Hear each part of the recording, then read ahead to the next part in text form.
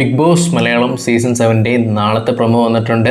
ആദ്യം തന്നെ big boss പറയുന്ന കാര്യം ഇതാണ്: ഒരുപാട് പ്രതിഷേധങ്ങളും വാക്കുതർക്കങ്ങളും അഭിപ്രായ വ്യത്യാസങ്ങളും പ്ലാനിങ്ങുകളും എല്ലാം ഞാൻ കണ്ടു കേട്ടു. അതിൻ്റെ എല്ലാം തന്നെ ഫലം തിരിച്ചറിയാനുള്ള ജയിൽ നോമിനേഷനിലേക്ക് നമുക്ക് പോകാമെന്നുള്ള രീതിയിൽ ആദ്യം തന്നെ പറയുകയാണ്. എന്തായാലും ആദ്യം തന്നെ വന്നിട്ട് ആദില പറയുന്ന കാര്യം ഇതാണ്: തീരെ മനുഷ്യത്വമില്ലാത്തൊരു വ്യക്തിയായിട്ട് എനിക്ക് തോന്നി എന്നുള്ള രീതിയിൽ പറയുന്നു.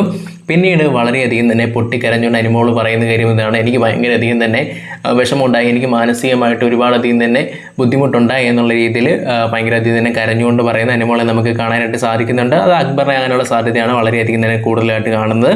പിന്നീട് നെവിൻ പറയുന്ന കാര്യം ഇതാണ്: ഇനിയുള്ള വീക്കിൽ you are just A gamer എന്നുള്ള രീതിയിലാണ് ഇവിടെ നെവിൻ പറയുന്നത്. പിന്നീട് നൂറ പറയുന്നു: പേഴ്സണൽ ഗ്രഡ്ജ് വെച്ച് ബിഹേവ് ചെയ്യുന്ന പോലെ എനിക്ക് തോന്നിയിട്ടുണ്ട് എന്നുള്ള രീതിയിൽ പറയുന്നു.